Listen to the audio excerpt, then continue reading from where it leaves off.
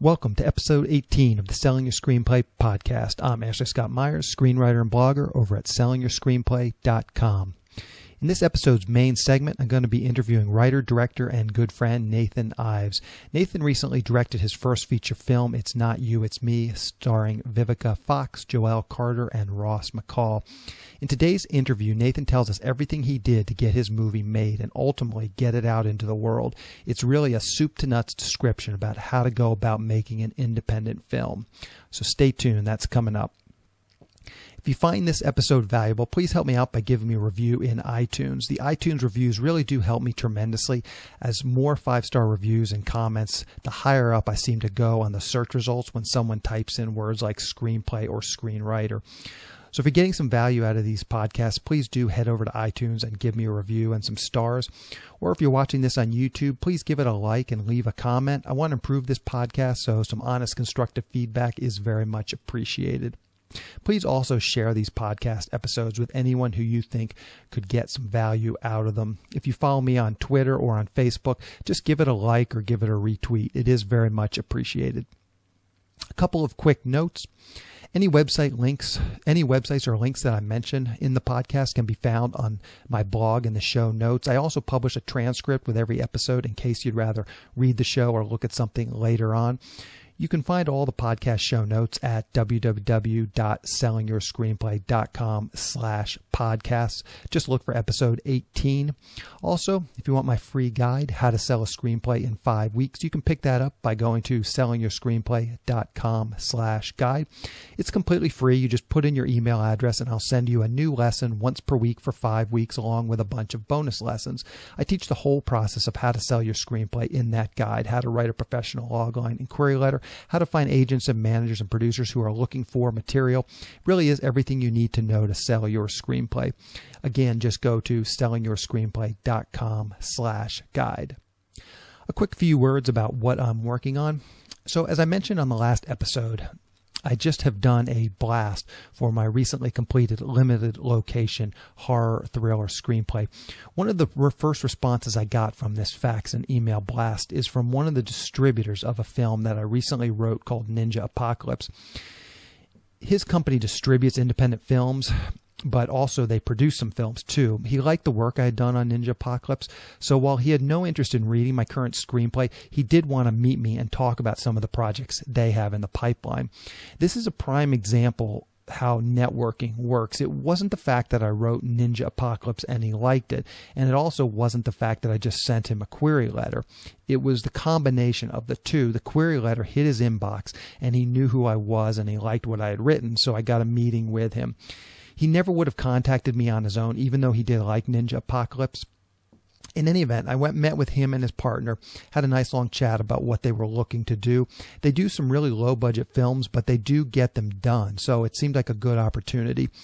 They seem to like me too, so this might turn into something in the future. We'll just have to see. If you'd like to learn more about these email and fax blasts, just check out sellingyourscreenplayselect.com. If you join SYS Select, I will review your logline and query letter, and then you can purchase the email and fax blasts. I really do think this is the best screenwriting marketing tool out there, and I think my results speak for themselves. Pretty much all of the success I've had lately has been as a result of these blasts. Also, last week I was on a panel at the Writers Guild of America speaking to writers who were unrepresented. One of the most interesting questions that got asked was something to the effect of, how can I differentiate myself from other writers? The panelists were myself, Franklin Leonard from The Blacklist, who I interviewed a couple of weeks ago on this podcast, Gerald LeBaron from Inktip, and David Zuckerman from Virtual Pitch Fest. What was interesting was there was no one in the room using all 4 of the services except for myself. So just being aggressive with your marketing and trying a bunch of things is a quick and easy way to differentiate yourself from the pack. I have no doubt that many of these writers are much better writers than me, but because I'm so aggressive on the marketing front, I'm getting stuff optioned and sold. Anyway, they did record the panel, so if they post it online, I'll let folks know through my blog and podcast.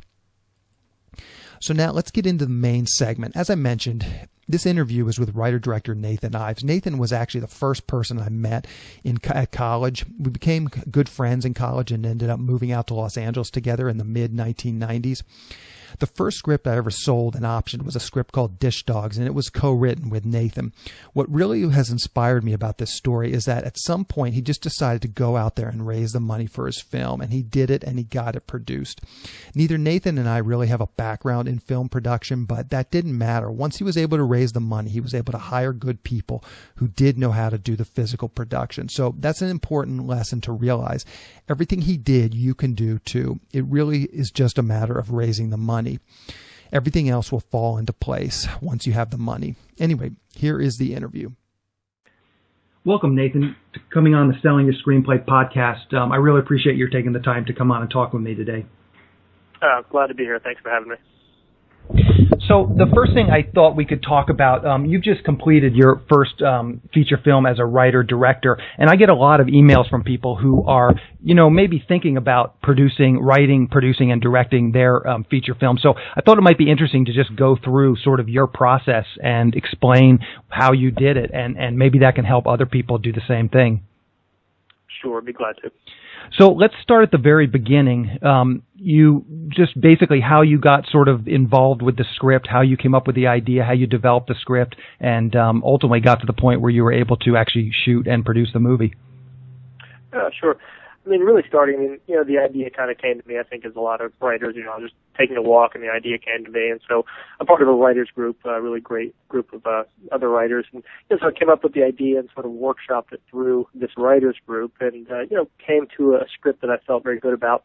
And another of the writers in the group had done some producing, and she kind of came to me and said, look, I really think that has a lot of potential. We could produce it together, sort of. And so, I was very, very glad to have the help. And, after literally writing and writing and rewriting and rewriting, we got the script to a point that we felt like, okay, we're close enough to send it out to talent and so forth. And, so the script was, I can't emphasize enough, when you're working in a low budget indie world and you're going to go out to talent, be sure the script is just as tight as it can be, because, if you're not offering people a lot of money, they have to really like the material. And let's just talk about that. Just what is that process like? How many rewrites did you do? How long did it take you to complete the script kind of from start to finish?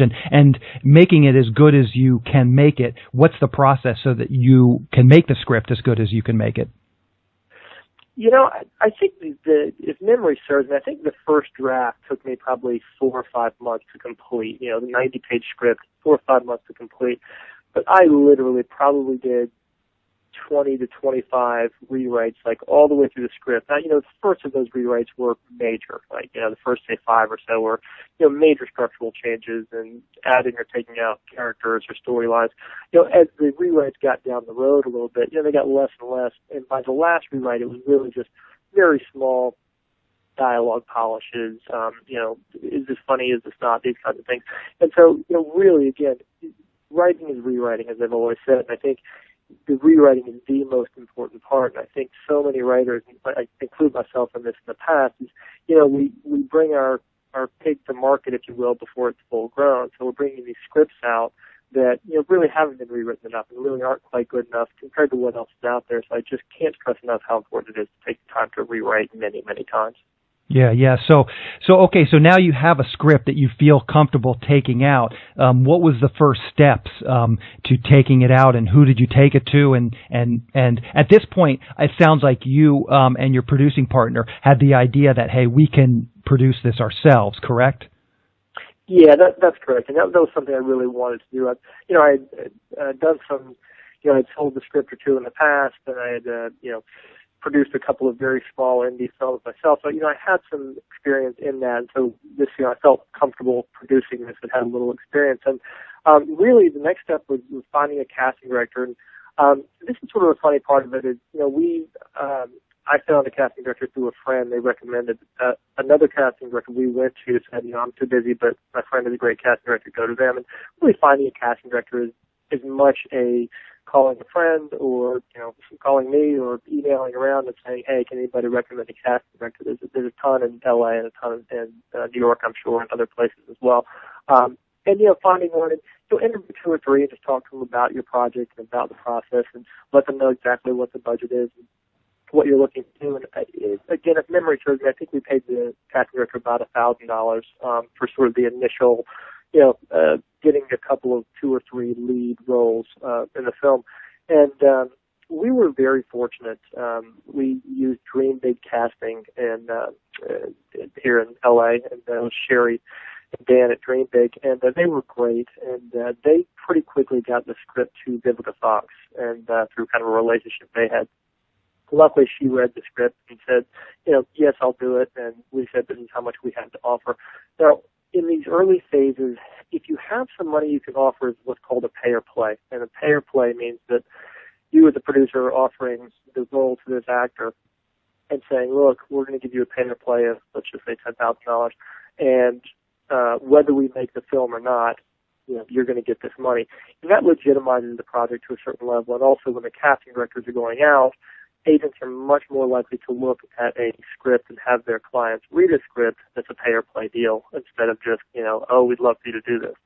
It will get your script read a lot faster. It will get your project done a lot faster. So if you have some seed money, $5,000, $10,000, whatever the number is that your casting director can go out with as a pay or play, it's a really great thing to have. If not, it can still be done, but I really recommend that.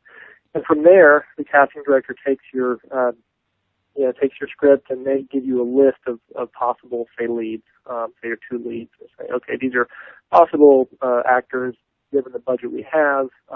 Here's 10 of them, and you go through those 10 and you sort of rank them as to artistically which you like best. And from there, they go out and they send the offers out, and you kind of, it's a big waiting game. You go out, and the script goes to them, and you wait a week or so, and they'll put a deadline on it. So the casting director says, okay, Mr. Agent, here's the script. Your client has a week to read it and get back to us. So it happens relatively quickly. So now, just to kind of dig into that a little bit, at this point, you haven't mentioned going out and trying to raise any money. So you're going out, the casting director is going to Vivica Fox, now is taking it out to other actors and actresses. Is the casting director going out and saying, yes, this is potentially a pay or play offer? Or at that point, are you just getting some sort of just trying to get some feelers out there to see who might be interested? Yeah, I kind of did jump ahead. At this point, I had raised about $20,000. And the way that I raised that first money was I did hire the casting director first, and when I hired the casting director, I had them make a list of possible actors for the top, say, 3 or 4 roles. And once I had that, I then put a full business plan together. Actually, Marie and I, my producing partner, put a full business plan together. And when I say full business plan, I mean it was from the nuts and bolts of how we were going to produce the film to how we were going to market the film to possible. And it was a very glossy, business plan with pictures of the possible. These are people we think we can probably get given our budget. You had a full budget in the business plan. There was just a lot that went into it, and I would highly recommend looking at a business plan for any business, and it's the same thing. I mean, film is just a business. So, I put that business plan together, and then I went to a bunch of people and finally found someone. It took me about, I would say, 3 or 4 months to find someone who said, I'll give you a little seed money, if you will. And from there, we were able to go out and pay or play. And do you have any advice for people? I mean, how do you bridge that gap? Because obviously, I mean, unless it's just your dad or your mom who is basically just giving you that seed money, talk about a risky investment, because basically if you don't raise the rest of the money, that investor is going to lose their money. And so, I mean, how do you approach that with an investor? What I found, and every situation is different, but what I found was, I think I did have a pretty solid business plan. I mean, I felt like, from front to back, it was very clear that I'd spent a lot of time on this business plan, on thinking about the project, on the script, and it's really a numbers game. And I literally, when I was raising money, if you got within 5 feet of me, I was going to pitch you this project. And even if I knew you didn't have the money, I thought, well, maybe you know somebody who has the money. And I probably wound up sending out 50 or 60 business plans in the sort of first phase to people, just saying, hey, would you be interested? And then probably 5 I met with for lunch. And I was extremely passionate about the project and extremely passionate about sort of what I was doing. The guy who kind of gave me the first $20,000, I think, the person you need to find is the person who has a lot of money and they're willing to take a pretty big risk, because without question, indie film is a very big risk. But also sees the passion, sees that, this gentleman he's probably 60, 62. He's, $20,000 is not a lot of money to him. And I think what he saw in me was, hey, here's somebody who's really trying to do something, is very passionate, and also is very organized and has a good business plan, isn't just sort of flying by the seat of his pants. So I think you really have to present yourself very professionally. You've done your homework. You've got this together, and be very, very passionate about the project. And I think with those two things, if you talk to enough people, you'll eventually find somebody who says, yeah, I'll fund your whole movie, or I'll give you some portion of the budget. And, it's not easy. I mean, it's a ton of work and a ton of, sort of letdowns and frustration, but if you keep at it, it will happen. So let's take a step back and dig into that. So as far as the actual raising of the money, so what is your initial sort of way that you went out? I mean, who were the first people you contacted? Who were the last people you contacted? I mean, how did that sort of transpire? Sure. Yeah. I mean, really, I made a list of, okay, here's all my family, here's all my friends, and I sort of, I would put a star beside anybody that I knew had money, and then everybody else who didn't, I just wouldn't put a star beside. But I went out to everybody, and I would send a very nice personal email to each person saying, hey, how you doing? And not a blast mail or anything like that, but really very personal to them. How are the kids? How are, that kind of thing. And then I would say, hey, I'm doing this project. Is it something that I could meet with you and talk to you about, or do you know anybody who might be interested in investing in something like this? And again, you make a list of everybody Facebook, something like that. Put it out there. I mean, let people know. And the person who invested in my film initially was a friend and somebody I knew. And honestly, he was a friend, but I would say more of a casual acquaintance, if you will. But again, those casual acquaintances, add them to the list. Yeah. So then, so then you get the seed money, and you're kind of basically off to the races at that point. The casting directors are doing their work, trying to get the cast and sign the agreements. I sort of remember as this was going on, you telling me that there was definitely some problem. There was some hesitation where you started to raise the money, but the actors didn't necessarily want to sign a contract because it was too far off in advance, and they didn't want to get tied down in case a bigger project comes along. So maybe get into some of the logistics of actually getting those actors signed on the dotted line. And then the other flip side of that is, how much did that impact getting more investment? Because I think that's kind of a myth that people think once they get sort of some key cast, things are going to become very, very easy, and raising the money is going to be very easy once they have this key cast in place. Yeah, no, yes, for sure. It definitely got harder, not easier. And I thought the same thing. I thought, once I have Vivica, this will be easy to raise the remaining budget. It absolutely was not. But so basically we got the seed money, and then the casting director went to Vivica with a pay or play offer, and she agreed. Now, your point is well taken. One of the problems in the indie world, there are a lot, but one of the struggles in casting is that, actors tend not to want to book themselves, 3 or 4 months out on a very small film, because, if they happen to get a bigger film or they happen to get a TV pilot or something like that, they don't want to be locked into anything. So literally one of our leads we got 3 days before we started shooting.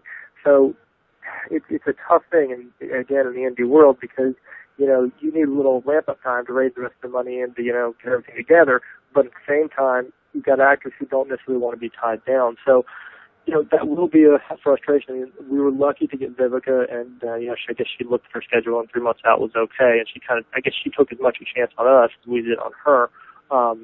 That's definitely a big part of it. And once I had Vivica, we obviously changed the business plan some and said, look, we've got Vivica Fox is going to be in the movie.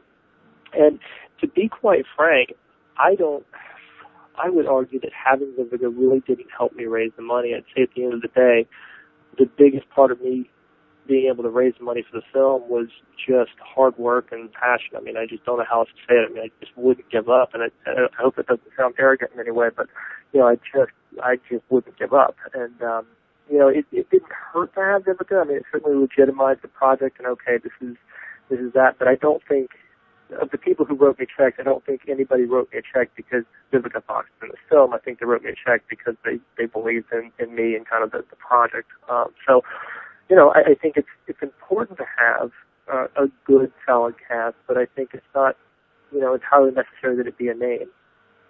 Yeah.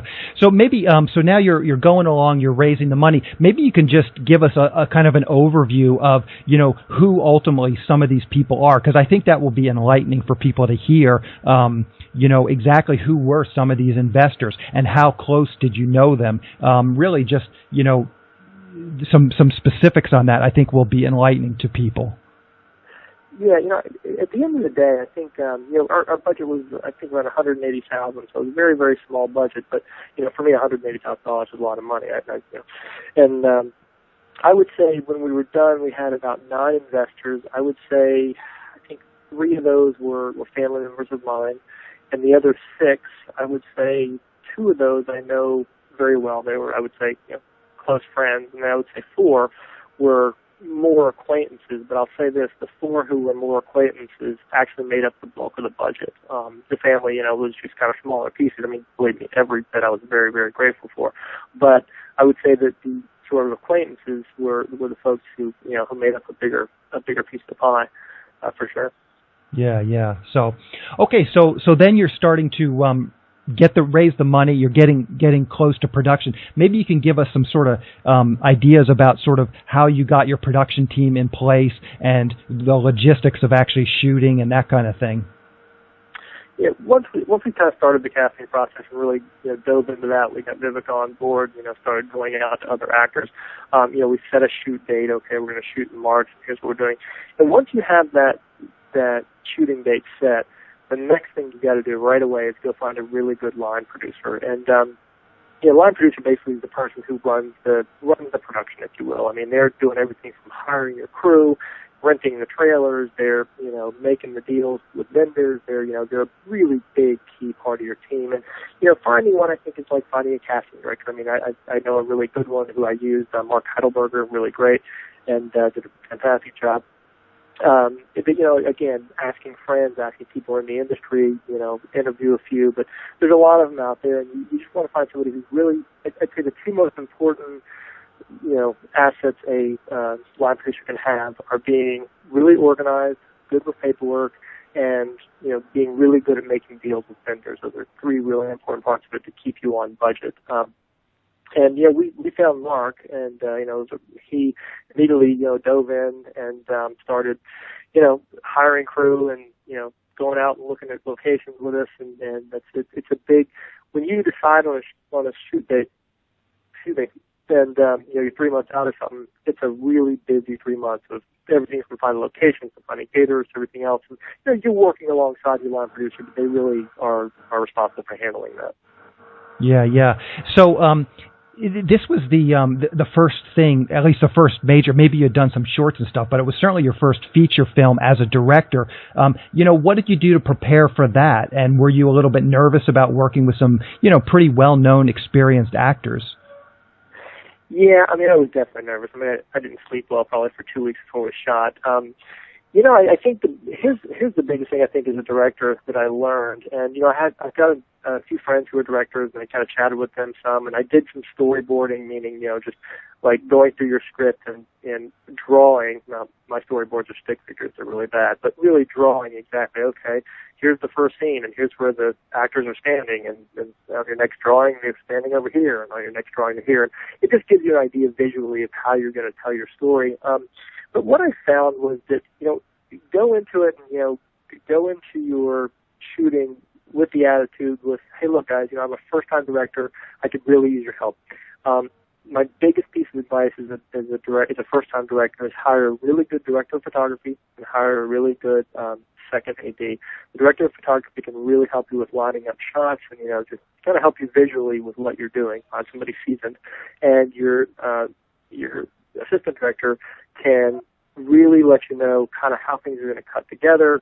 They keep the shoot on schedule. Two really key hires, your DP and your assistant director.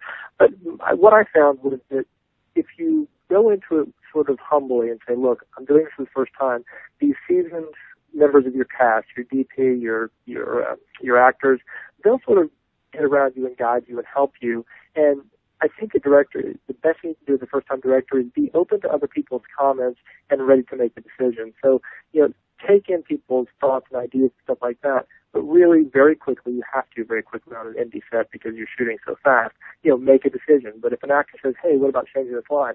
Take a minute, think about it, and say, yeah, that's a great idea, or, I think I'm going to keep it like it is, or maybe let's shoot it both ways. But really be open to making it a collaborative effort. I think that really helps in the set to make people feel like they're part of the process, and it'll make your life a hell of a lot easier. Yeah. Okay, so now you've raised the money, you've cast it, you've shot it, and what was sort of the next step once you got done with your shoot? Just maybe, again, some tips on sort of the technical stuff. How did you find your editor? How did you find your post-production people? Yeah, I'm going to go back real quick and just tell a real quick story. When we shot, I'd raised enough money, or so I thought, to shoot the film. About halfway through production, we were over budget, and money was dwindling, and I needed about $15,000 to literally to finish shooting. And so here I am, first time director, halfway through the shoot. I've got all the pressures of directing the film, and then I'm thinking, where in the world am I getting $15,000? And we had a day off in shooting, and so I went to I had a dentist appointment that day. Funny enough, and so I went to the dentist, and I'd been to the dentist one other time. I go to the dentist, and we start sort of chatting, and I pitch him the film. And I say, we're doing this film, it's the Fox, we're shooting, we'd love to have you come down to the set, and body. Would you be interested in investing in the film? And the next day, he came down to set and gave me a check for $15,000. And that's really the spirit of kind of how I raised the money. I mean, just literally anybody you think might be interested, talk to them about it. See, get an idea of where they are with it. You just never know. I mean, it was by the seat of your pants. Yeah, it was absolutely. I mean, that's just the way it happened. But what I guess for post-production, we, while we were shooting, we were interviewing editors. So literally, we had like 5 editors come down to set, and like the casting director, like the line producer, sort of word of mouth. And once you're kind of at this point, you've got so many crew on your movie that people know people. And people are like, I know this great editor, I know this great sound guy, or whatever. And so we interviewed about 5 editors, and there's a whole lot in post-production that as an indie filmmaker you may or may not be aware of. And it really depends, I guess, on the level of film you're doing. But at the level we were at, we were doing everything from color correcting. When you're done, your editor edits the film. And that takes, I guess it took about 4 weeks for sort of a rough cut that was just the editor taking all the raw footage, building a rough cut of the movie. And then there's probably another 3 to 4 weeks of myself and Marie, my producing partner, sitting in the room and sort of making edits, making corrections, tightening it down, getting people's thoughts, making notes. But after that, there's also a ton of work that goes on with, color correction, so that, when you're shooting all over the place, the colors are a little different here and there, so you have to have a post house go through and color correct the film, but kind of get the look that you want and to make smooth things out, if you will. And you've got to do all the sound. You use very little sound that you actually record on set, except for the dialogue. All the sounds in the film, whether it be setting a wine glass on a table or a door closing, those are all actually put in after the film is shot. So there's just a lot of work to be done there. And again, this is where a lot of times your line producer will get you through shooting. Mark Heidelberg actually came on as our post-production supervisor as well, and he was great at that. So your line producer may have experience in that, they may not, but when you get to when you're heading towards your post-production, get a really good post-supervisor, and that person will just oversee. They'll hire the vendors, they'll make the deals, they'll know exactly what needs to be done to get this film ready to take to the market. Yeah, that's one thing I think we should make clear is, you're tossing around a lot of technical terms, and most of your experience in the entertainment business was writing, not necessarily directing or being on the technical front. And so before you directed and produced this movie, correct me if I'm wrong, but a lot of this stuff was foreign to you as well, and you've learned it by going through this process. Yeah, without question. I mean, I knew virtually nothing about sort of the shooting a film, or I'd been on some sets, so I had some sense of what that was like, but nothing. Yeah, because I don't want people to be scared off. You're tossing around these sort of technical terms and all this stuff that you understand now, but going into it, a lot of it was new to you as well. So. Yeah, and I look, yeah, for sure. I mean, I knew nothing about the post-production process, and that's again where I'll just say, if you find a good line producer and a good post-production supervisor, they'll walk you through it. They're going to hold your hand through all of it, and I'll tell you, it's a wonderful, wonderful learning process. And of course, like anything you do the first time, there's 100 things I would do differently, but I have now sort of learned the process, and I still don't know the in-depth and how this works or how that works, but I have a pretty good overview of how to get a film from script to the end of it. And I think part of it is just taking a dare, if you will, and going into it even though you don't know much about it, and relying on other people to help you through it. Yeah. So, okay, so now you've got your film completed. What was kind of the next step after that? You entered some film festivals and took it on the road. Maybe you can kind of give us some details about that. Yeah, when I got done, I mean, I think as indie filmmakers, we all have this idea that we're going to make our indie film, it's going to get into Sundance, it's going to win Sundance, and then Weinstein's going to buy it for 10 times our budget, and our career's going to take off. And that's not a marketing plan. I mean, that's a shot in the dark at the very best. I mean, it's a lottery ticket. But I unfortunately had that sort of attitude. And when I got done with the film, we didn't get into Sundance. So forget Wednesday Sundance, we didn't even get in. And so then it was a matter of sort of going to distributors and sort of getting out there. And, there's a huge oversaturation of indie films in the market right now because the cost of indie filmmaking has come down so much with digital, with the advances of digital photography.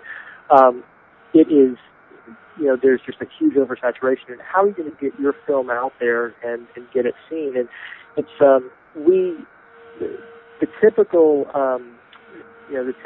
deal these days with the distributor is, 10-year contract, they get all rights, they're going to, there's a $50,000 marketing fee they have to recoup before anything else is seen. And I just have too many friends who had gone out there, signed with the distributor, and just never saw a dime of the money back. And, we went out and we actually had a sales agent we signed on, and the sales agent, takes the film to some markets and does that. That sales agent wound up going out of business. So in my opinion, this is simply my opinion, I think indie filmmakers, not always, but I'd say 99% of the time, are wasting their time going to a sales agent or to a distributor unless that distributor really loves the film and it can give you a very, very clear picture of how they intend to market it, where all of any marketing money can be spent. I just think it's a bad idea. Now that said, while I think it's a bad idea to sign with a distributor as a small indie filmmaker, I also think the flip side of that is then what do you do with your film? And that's a big hole in the market right now. I think a lot of filmmakers are struggling to figure out, how can I make this a sustainable model? What I decided to do was take my film on the road, and I really sort of copied the rock band model of, I'm on tour. And so I went on the road in my truck, and I would rent small indie theaters around the country, and, I was doing 3 or 4 screenings a week, and I was really doing a grassroots approach and, meeting people and getting an email list together and, selling DVDs to screenings and shaking hands and taking pictures. And, thus far, my hope was that by doing that, I would be driving VOD sales on iTunes and Amazon. We went through, stepping back for a minute, once you have the film done, should you decide you want to put your film up on Amazon, iTunes, Hulu, any of the VOD markets, you go through what's called an aggregator to do that. And again, lots of aggregators around. They have to be verified by iTunes. But I went with Bitmax here in LA, and so you give them the film, and they get it all ready, and they put it up on iTunes and Amazon for you. So we went up on iTunes and Amazon, and my thought was that this tour I was doing would drive VOD sales. That hasn't really happened. I think it's helped some, but just, to be fair, we got, maybe I'd say $500 to $800 a month coming into the VOD, and that number has been going down actually a little bit each month. So we're losing some ground even with me out screening the film. So, the VOD market, I think, is a good place to make some money, but then again, be careful. It's not going to be your cash cow. I mean, I talked to the distributor, and he said, look, if you make $10,000 in the VOD in the life of the film, you've done very well. That's a real success. So, do you think all this touring has helped the VOD sales? Can you find any correlation between the screenings and sales and stuff? Unfortunately, I don't have enough numbers now. We just got it up in October of last year. I know that seems like a long time, but there's a pretty significant lag in reporting from iTunes and from particularly from Amazon. So once we have a first quarter of numbers from 2014, I'm actually going to do another blog post and just talk a little bit about the realities of the VOD market.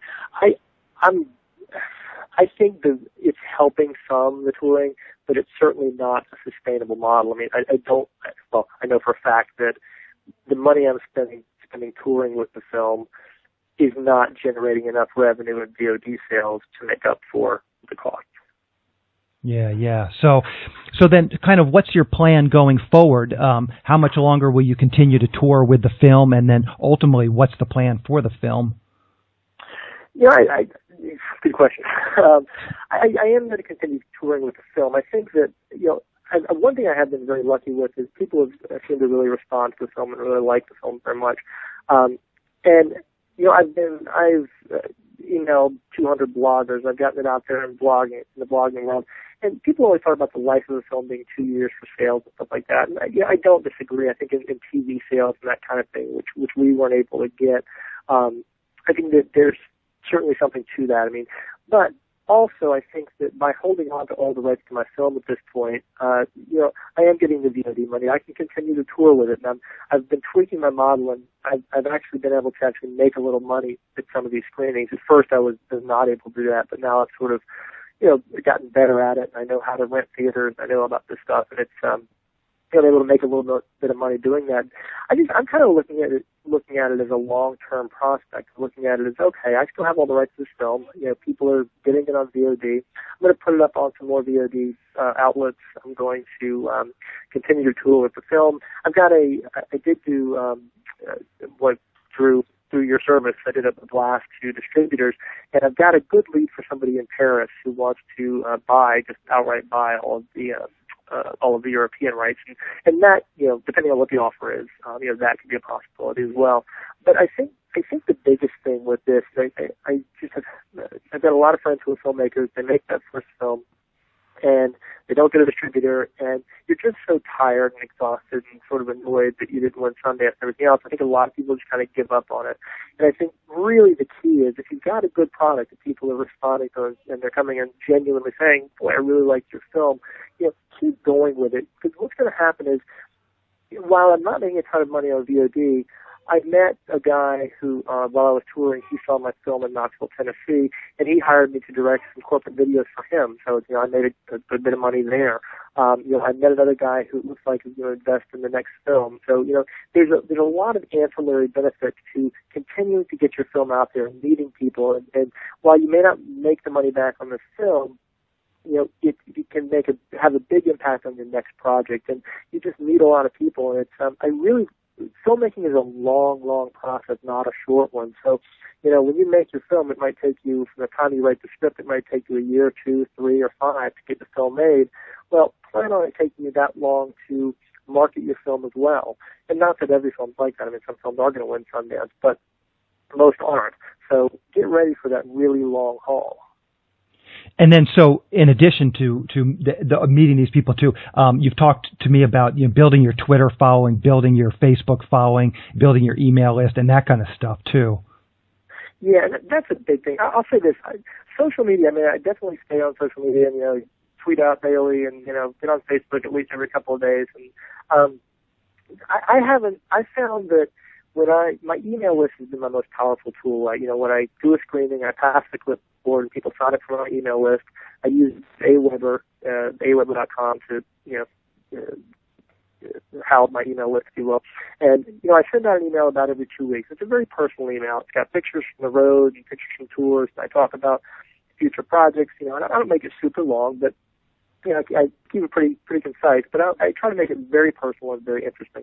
And I found I've got about a 40 to 50% consistent average of people opening and reading my email. And what I found is with social media, if I go out and I say, hey guys, can you please leave a review on iTunes for me? I get very, very little response from that. But when I go to my email list and I say, hey guys, would you leave an iTunes review for me? I get a much higher response. So I found that the email list really is your biggest asset, and it's what will help you crowdfund later. When you go to make your next film, you want to crowdfund some portion of it or all of it. If you've got an email list of, say, 1,000 people who are opening your email consistently, there's a good chance you can raise a good bit of money through crowdfunding with that. So let's take a step back and talk about some of the details. I think that there probably will be some filmmakers that might be interested in just hearing exactly what this tour is, and even the logistics. How do you book the theaters, and sort of what can you expect, and how have you marketed these screenings after you've booked the theaters? Yeah, the booking the theaters is just kind of tough. I don't know how else to say it. You basically go, I'll do a Google search for a city. And what I found, when I first started touring, I thought, college towns will be great, this kind of thing. And they're really not. There's just not a big enough population. So what I've found through my touring is that always hit big cities. And when I say big cities, 600,000 plus is what I consider to be a big city. And as far as renting a theater, so you find your city, and then you go to Google and you do a Google search for independent movie theaters or just movie theaters. And you go through and you just start calling. Now, the big chains typically are just too expensive. They want you to buy out the theater, and it's $1,000, $1,500. A lot of the smaller, truly independent theaters, you can get between $300 and $500 for a night, and that's what I found. If you can get it down at $300, it's great, but sometimes you're going to pay $500. And then once I've kind of booked it, about 3 weeks out, I'll start contacting all the media outlets in that city, newspapers, bloggers, television stations, radio stations. I haven't found that I've gotten a ton of traction from that, but what I have gotten is they are interested in the tour, and so I've gotten a lot of articles and that kind of thing. I haven't gotten much television, but I've gotten some really good radio interviews and some really good newspaper stuff. They're not as interested in the film as they are with the tour. So, when you're pitching, media outlets, pitch a good story. Don't pitch, hey, I made an independent film. It's not a great story for them. They're looking for good stories. Hey, I made an independent film and I'm traveling across the country with it, my pickup truck. That's an interesting story to them. So really pitch them with an interesting story. But what I found, the biggest thing I found as far as getting people at theaters is meetup.com. And so what I've done is I'll book my theater, hit the media outlets, and then again about 3 weeks out, I'll do a search on meetup.com for that city for like movies and film groups. And then you can email the leader of that group and say, hey, I'm doing this tour, I've got the film, here's the trailer, would love to have you sponsor a meetup for it, and, if you can make it out, I'd love to give you a free DVD just as a small thank you for bringing your group out.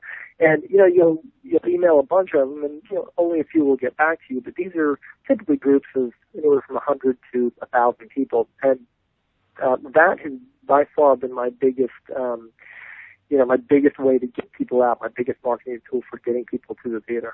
Huh. Yeah, that's a great tip.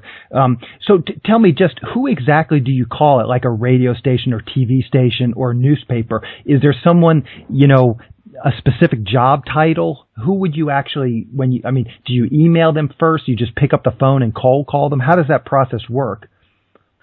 I always go, I'll go online. There's a great, if you do a Google search for radio station, it'll actually come up with a list of all the radio stations in that area with their websites. And so I would just go to the radio station websites, and I would go, literally, I would email everybody who I thought maybe, if that makes any sense. Like, okay, yes, they're the head of programming. I think maybe they would be interested. Or they're the evening disc jockey who goes from 12 a.m. to 6 a.m. Yes, I think they'd be interested. So I would email 4 or 5 people at each media outlet And, sometimes people are like, yeah, you emailed the other person, but nobody really cared. I mean, they kind of got it. You were just trying to get your story out there.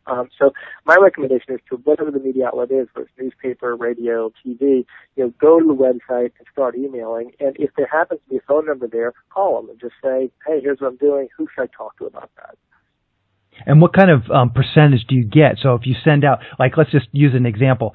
I know you went to Charlotte, North Carolina. There's maybe, 3 radio stations and 2 TV stations. How many of these do you have to contact before someone actually responds and says, yeah, sure, we'll have you on?